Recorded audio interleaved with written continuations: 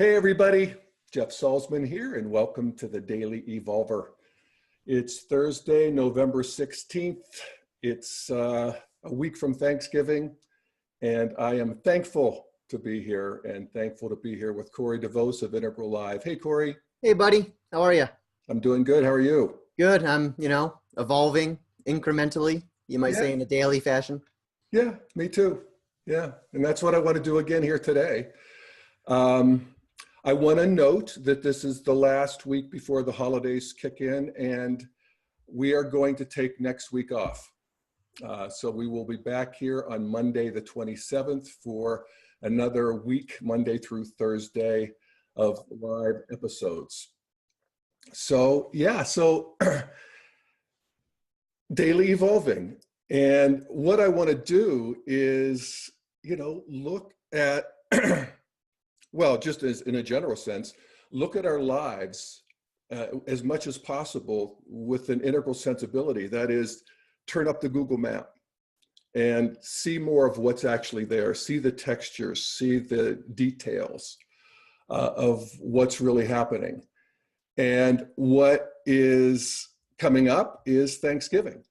And so we want to sort of look at it using this bigger context, liberating it, if you will, into this bigger context.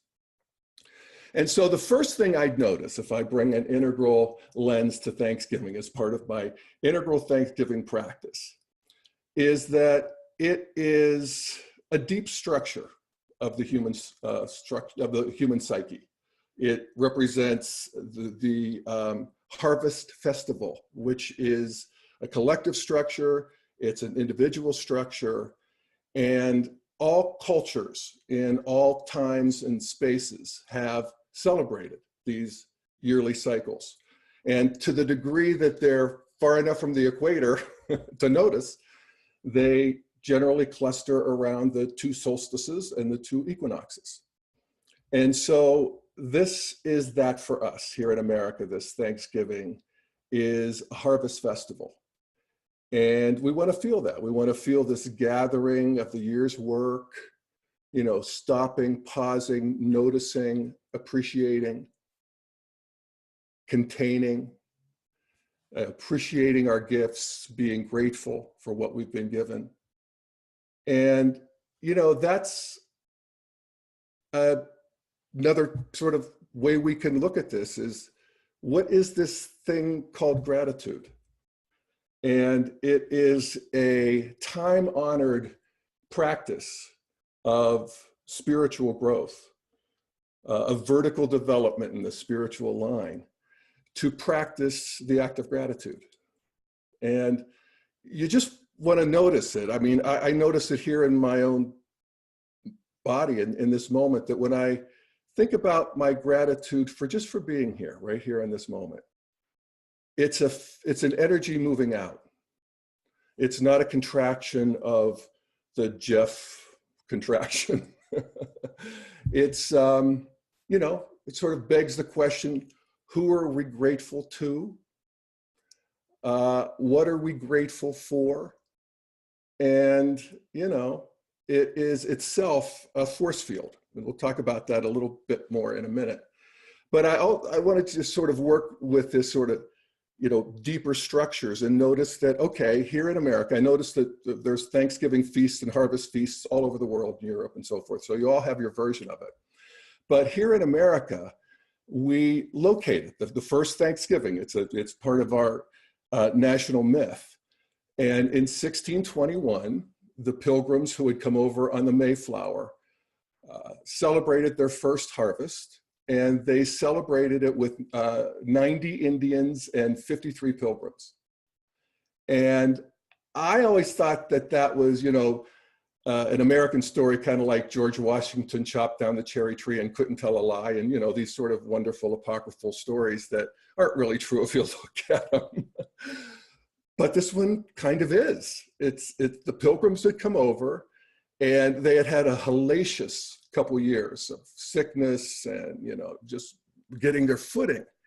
And apparently there was some significant amount of time before they even encountered the Indians.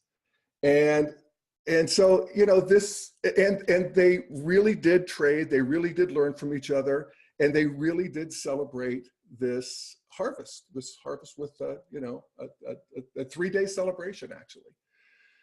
And it's interesting to me that it helps to illuminate a polarity that you find in how we view our history, and it's alive in anthropology, and it's this idea of what's the nature of indigenous people, of people at the archaic and even tribal stages of development.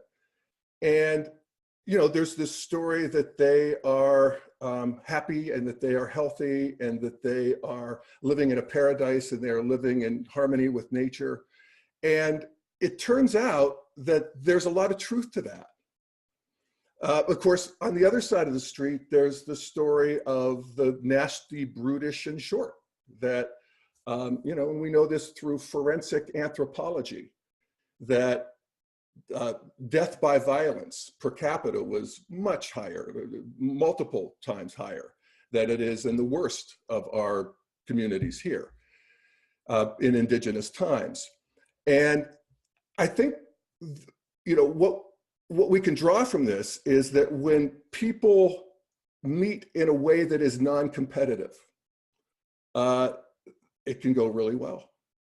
People actually are interested in each other. They want to know, what do you have? What do I have? And as long as there's not a struggle for something that you both want, it can go really well. But that's, of course, not how it continued here with the Pilgrims and the Indians. So 1621, it was good.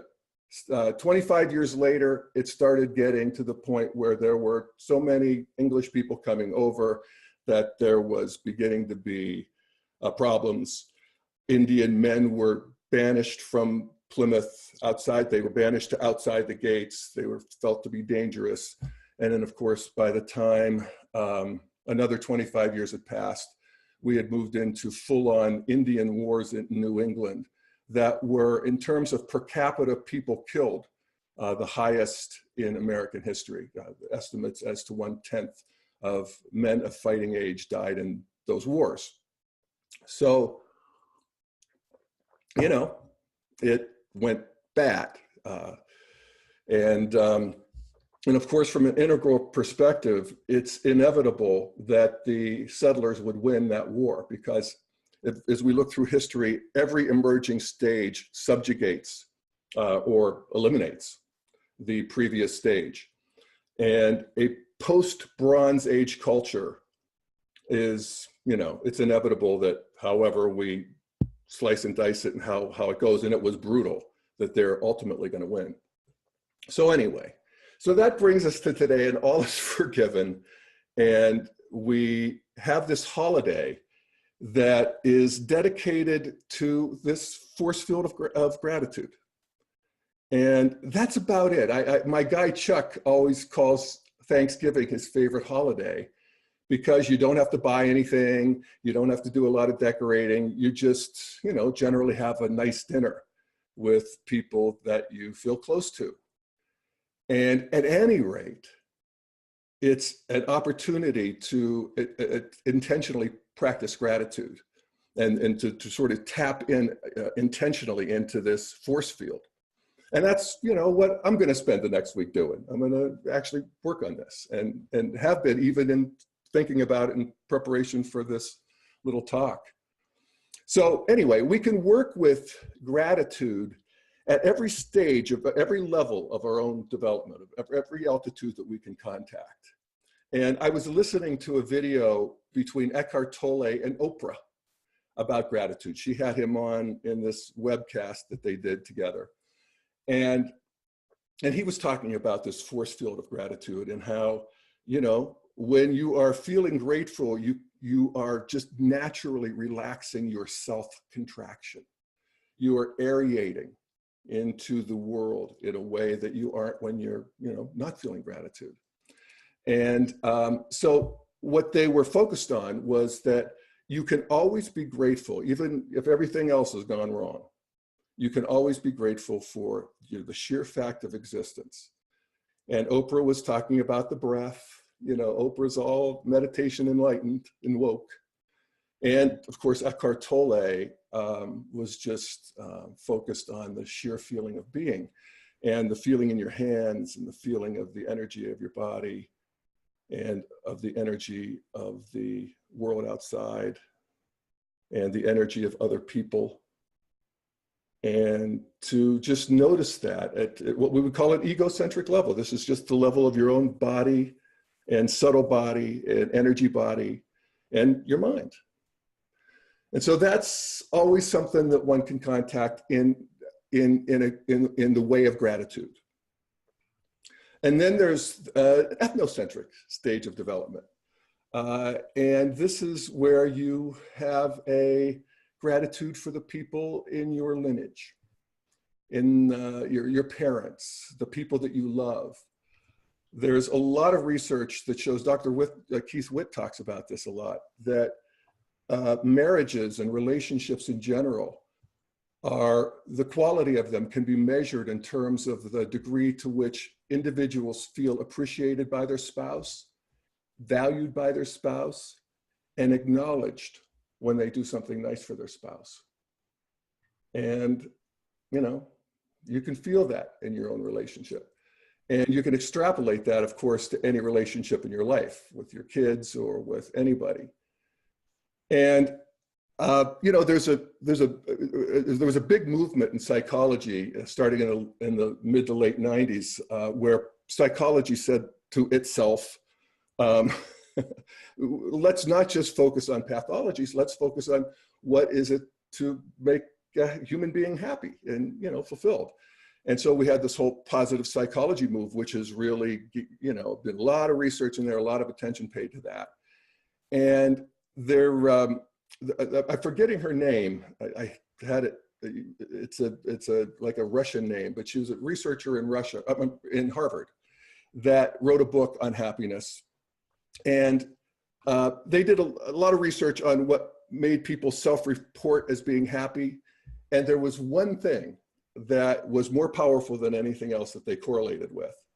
And that is, if you write a letter of gratitude to somebody who has done something to you in your life, for you in your life, a teacher or a policeman or whatever it might be, a friend, and write them a letter about how you are grateful to them, and then hand deliver it. And that was the thing that kept people happy for 2 months or something like that. It was a long time, and so I always loved that, and have done that to one of my professors in my college. And it was a very, very powerful experience for him and me. And I should do it again. Of course, a gratitude journal. Oprah is all about the gratitude journal. And it's just a matter of writing down what you're grateful for, whether it's a flower or it's something that somebody did for you. And it's best not to do it by rote, do it a couple times a week, not necessarily every day. Don't just list things, but list details about a few things. It's better to do that than to do a list of a lot of things. And because, what we're doing is actually feeling. We're intentionally bringing online this reorientation of our subtle body to an more aerated space through gratitude. So, that's on sort of the ethnocentric level with, the people in our lives that we love, So then the nation-centric, we can be grateful for a country where we are free. And that's true for so many people in the developed world, a historic number. And that, freedom's always sort of dicey. On the right wing, we want to be free from control. We don't want the government to be controlling our lives and, monitoring what we say. And, I can do a podcast on why Donald Trump has a very small amygdala and not be hauled away the next day. It's really wonderful. And then our left-wing impulses, we are free from want.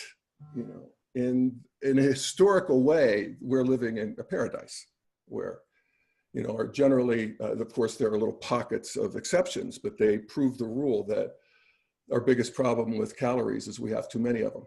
And that's new in history. And that's something to pause, be grateful for. My goodness, it didn't have to be this way. It may not always be this way. So, you know, and yet we can get caught up, and we talk about this a lot on the Daily Evolver here. We can get caught up in the culture war that, you know, everybody, you know, just because we're living in a paradise doesn't mean that we can't all be worked up and mad. And that, you know, Donald Trump is driving us all around the bend. But even, you know, from our different corners, you know, the left and the right and the progressives and the conservatives and whatever, everybody actually is in the game of trying to make a better world for their grandchildren by their lights. You know, we may disagree with their whole thinking, but that is what they're motivated by. So we can be grateful for that, actually. And we can be grateful for the fight itself, because in a center of gravity modern world, which we live in, a world of laws, not men, these wars are nonviolent. And that, again, there's exceptions, but they prove the rule that it's better to have a culture war than a war between cultures. And that the other thing that we can be grateful for about the war that we're in, and again, these fights are fruitful, but they're also, in addition to being nonviolent, they're optional. You don't have to participate, not really. And I know people who aren't in a new way, and it feels like a liberation for them. And I'm not in the ways I used to, and that feels like a liberation for me. So I think that's actually one thing that we can do this weekend, if we want to, Thanksgiving, is to just opt out and of the culture wars, and, you know, maybe tune out of a lot of the news. Just, you know, keep up with headlines. Nothing's going to get by us. And, you know, particularly this Thanksgiving meal itself. I mean, it's a joke. It's sort of an ongoing joke with people that, you know, this is where you have to sit down with the people that you wouldn't necessarily have with friends. They're your relatives.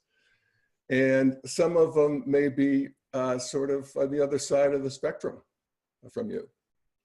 But again, they're just trying to make sense of this crazy world like you are. And we can be more curious than critical. We can drop the project of trying to influence them and turn the tables and be willing to be influenced.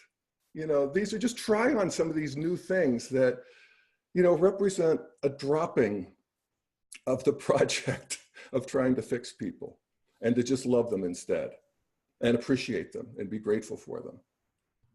So, you know, I love that as a practice, and I find it to be very, very fruitful. So, and then we can be grateful in a world-centric way, and be grateful that we are living in a world that is in very important ways waking up and growing up. And that, yes, we have big problems as we evolve from the growth model of modernity to the sustainability model of post-modernity. You know, climate change, oceans, all of that good stuff. But there's also, and we want to remember this piece too, lest we get bummed, is that there's so much to be grateful for. There's a great raveling going on in the world. There's more people living in peace, having enough to eat, kids being educated. I think Bill Gates a week ago announced the end of the first year without a new polio case. And so let's keep in touch with that too. And, you know, will the good outrun the bad over the long run? I think so. But even if I'm wrong, I want to be grateful for the good stuff and see those trends that, you know, to the degree that we can pull out and see a, you know, 15,000 foot view and a 30,000 foot view, that delivers us into a new stage of gratitude. And that's a cosmos-centric gratitude. And that is the gratitude. It sort of goes back to the egocentric, where you're just sort of grateful to be alive. And the cosmocentric version of that is, I'm just grateful that there's something instead of nothing. You know, it's sort of the first question of philosophy. Why is there something instead of nothing? You know, what was up with this Big Bang 13.8 billion years ago, and what preceded it? And does anything in, you know, the whole koan of the awe of a cosmocentric view just comes online. And we can see that there is, you know, a trajectory. There is a teleology, apparently, that, you know, things keep complexifying into ever unfolding stages of goodness, truth, and beauty. You know, if we look at the longer term, it's like that old joke. How do you get the complete works of Shakespeare? Well, first you take a big mess of hydrogen and then you leave it alone for 13.8 billion years. You know, so there's something going on here, and, you know, we want to be grateful for that too. So yeah, so Thanksgiving's coming, and I wish you all a good one, and I would love to hear how it goes. And you can always contact me at jeff@dailyevolver.com by email, or you can send me a little voice memo through that as well. And I love hearing from you, and I love having, you know, good, succinct questions or comments that are suitable for playing on the show. And so I appreciate that. And I appreciate you, Corey. I was just going to say, man. Integral Life and Integral Live hosting me, and that you have been, you made that happen. And thank you, man. Thank you, brother. Absolutely, my friend. I was about to say the exact same thing to you. I'm grateful for this presentation today. I mean, seriously, this was beautiful. Well, thanks, and I'm just tremendously grateful for your friendship and for having the opportunity to work with you and to play with you and to do this with you. So that's awesome, man. Yeah. And you know, Thanksgiving, it's funny. When I was a kid, Thanksgiving was not my favorite holiday, mostly because of family. And now it's very much my favorite holiday, mostly because of family. Yeah. You know, yeah. And it's what do you got planned? We're probably going to do something small. It's probably just going to be the three of us. Have a nice little tofurkey. Yeah, something like that. No, we go for the real bird. Yeah, we go for the real bird. I do too. Yeah, and you know, Thanksgiving is I loved how you're talking about the American myth. And this ties, you know, obviously it ties into the show that you did yesterday when you were talking about the American identity. And it's something that I like to talk about a lot too, which is, you know, this concept of what's called American exceptionalism.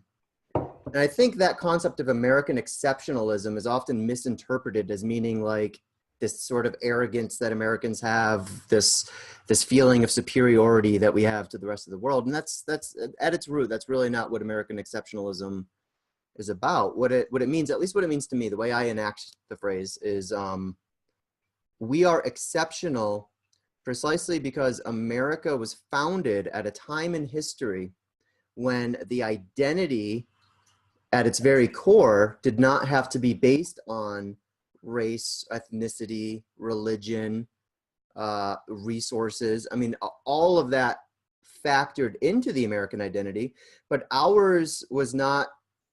The American identity from the very conception of this country was nothing concrete. It's this symbolic tapestry that weaves all of us together and all of our experiences together. So that to me is what makes America truly exceptional from the majority of other countries in this world, is that at its very root, our identity is largely symbolic. Yeah. And the American myth, you know, it's sort of like the two halves of the American identity. You have American myth, which is sort of the poetry of the American identity, and then you have American history, which is the prose of the American identity. Yeah, it's a nice formulation.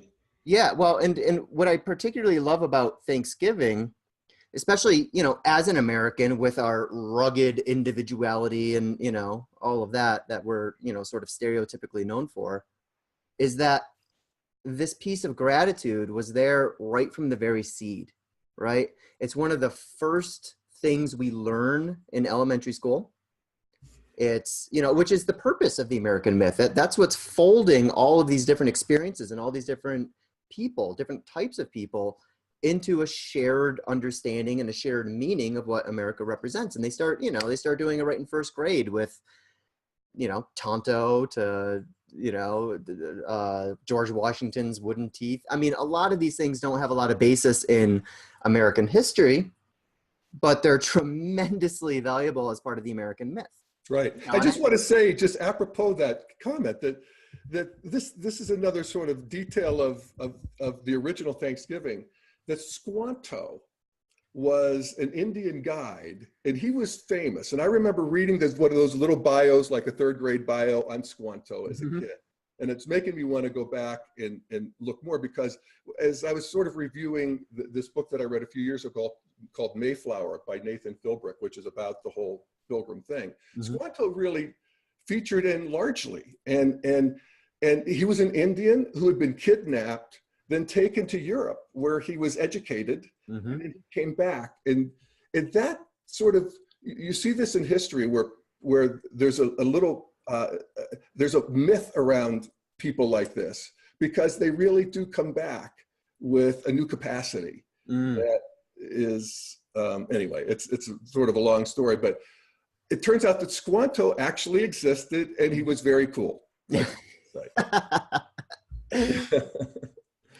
So I'm grateful for the fact that, again, gratitude was there from the very beginning, and sort of the, you know, the initial seeds that this country grew from, which I think helped, you know, in a lot of ways contain and temper the American sort of swagger that we have. The American cockiness. Well, I always love what Obama said about American exceptionalism. Of course, nobody remembers this part, but he said every country's exceptional. Yes, we're exceptional, and we're exceptional in the ways you just described. And, you know, this whole new continent and all of that good stuff. But every country feels their own karmic exceptionalism and their own particular flavor of being a human being. And they want that to be added, you know, as we integrate, you know, we is it in an integral stage of development. We get really curious. We don't want to, you know, change it. We want to appreciate it just for what it is and be grateful for it. So it's interesting to see new cultures coming online, and, you know, new human creativity coming online, and just appreciating it. Oh my God. You know, the Big Bang continues to bang. In each one of us. It's still unfolding. I mean, that's how the Big Bang's happening, is where each of us are having another moment. That's right. You know, Jeff, the other thing I'm sort of fascinated by is, you know, Thanksgiving is one of these interesting holidays that sort of straddles the line between traditional and secular. You know, and it started from you know, it was a very Christian celebration that was, you know, also unfolding the Native American tradition, and which I think is also demonstrative of how powerful and sort of trans-traditional gratitude actually is. Oh, totally. But it's one of the few holidays that, when it made that transition from traditional to secular, it's one of the few holidays where sort of the meaning of the holiday actually was enhanced in that. You know, it's not like Christmas, where Christmas we're like, oh, it's a time for materialism and, you know, to make a quick buck and to send out our Black Friday mail. No, it's the baby Jesus. Guys. What's that? It's the baby Jesus. Yeah, right. Don't forget the baby Jesus. Can never forget baby Jesus. Yes, but you're right. Baby Jesus has been sublimated to commercial interests. Yeah, so much of it gets lost in that secularization. Whereas with Thanksgiving, I feel like it actually deepens, because it's such a simple holiday, and it makes gratitude its centerpiece. That's true. That whether you're religious or not, you can participate in this practice. And as you were saying earlier, and especially this year of all years, when our anxieties and our tensions and our stresses are at like a record high, for a lot of us anyway, gratitude is the panacea, right? I mean, you know, we live in an era that can be very frustrating because there's at once way too much cynicism and not nearly enough critical thinking. That is, and the combination of those two makes negativity very tempting. Yeah, well, criticism, I mean, the opposite of criticism is gratitude, in a sense, you know. In a certain I sense, mean, yeah. yeah. Yep. And I think you can do both. Yep. And you want to do both. That's right. But we're not programmed for the gratitude. The gratitude is swimming upstream for us a little bit. It is. It doesn't come naturally because it's not necessarily that evolutionarily potent on the sort of physical stages of development. You know, wanting more, getting away from danger, that sort of thing. That's what's really potent there. Gratitude starts coming online in more of a subtle and causal way. Or, you know, you can be grateful to the spirits at every stage or God, but this sort of general gratitude to the moment, that's a higher activity. Yeah, well, it requires empathy, and which itself requires the capacity to take a perspective. Yeah. Which comes a little more easily for some people than the others. But that's exactly the power of the practice. And, you know, the other thing of it too is, and I love how you went through sort of egocentric, ethnocentric, world-centric, cosmocentric layers of gratitude, because it's the other, you know, great thing about a practice of gratitude is it allows you to sort of suss out where your points of resistance are, right? As you're practicing gratitude, you'll almost assuredly notice that gratitude is a lot easier to apply to some things than it is to others, right? So as you're, you know, sort of rippling your gratitude out, just sort of get a sense of where something might be stuck, where you feel that, you know, warmth kind of routing around rather than penetrating. I mean, for example, can you be grateful for Donald Trump? I can find ways to be grateful for Donald Trump. You had to go to the hard one right away, didn't you? Yeah. Oh, well, I can be grateful for some of the positive outcomes of his tenure so far. I could do that. That's good enough. It's better than a reflexive just repulsion and disgust, which is sort of my starting point every morning. Well, you know, and my gratitude for Donald Trump gets a lot easier for me to extend once I start trying to consciously empathize with Donald Trump's formative years. Yeah. Right. Absolutely. And the minute I see sort of the insane amount of pressure and, you know, I mean, my sense is that Donald Trump's parents would not have fit in very well here in Boulder, Colorado. I'll just, you know, I guess put it that way. And, you know, and that turned Donald Trump into the person that he is. And it's just interesting that when I visualize Donald Trump, the 9-year-old boy, it's a lot easier for me to be empathetic and for me to extend my gratitude for his existence. Oh, well, I think you're calling on your dad energy. That could be. Yeah. I mean, that's sweet. And it's true. And, you know, we did the thing, I think it was the very first one of these daily shows we did was talking about the research in people who lack empathy. And these children who, they used to be called psychopathic. Now they have an empathy disorder and there's a whole spectrum. And Donald Trump is textbook. And it's they have a upper right corollary, and that is they tend to have a very small amygdala. Right. And so it, you know, that actually helps me to look at Donald Trump and have, I don't know if gratitude, but at least it's sympathy and not, you know, not seeing him as another so much. Well, especially if you can empathize with how much that fact in the upper right quadrant must limit his experience. Yeah, it's a disability. In the upper left, that's right. It's a pernicious disability. Yeah. But nevertheless. That's right.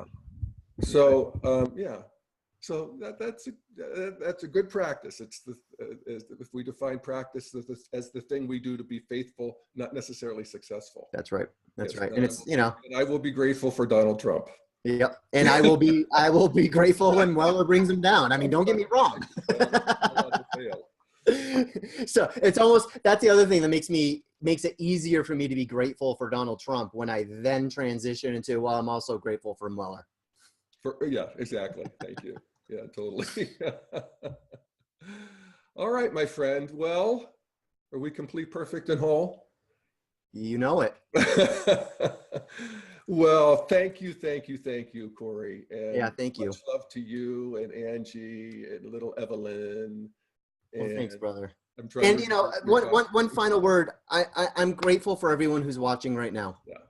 I'm grateful for everyone who is part of the Integral Project and is working in their own way to expand this beautiful thing that we're doing together, and to carry it within your, you know, your own sphere of influence, and to try every single day to live up to whatever this means to you, to you know, continuously try to wake up, to grow up, to clean up, and to show up. Lord knows it ain't easy.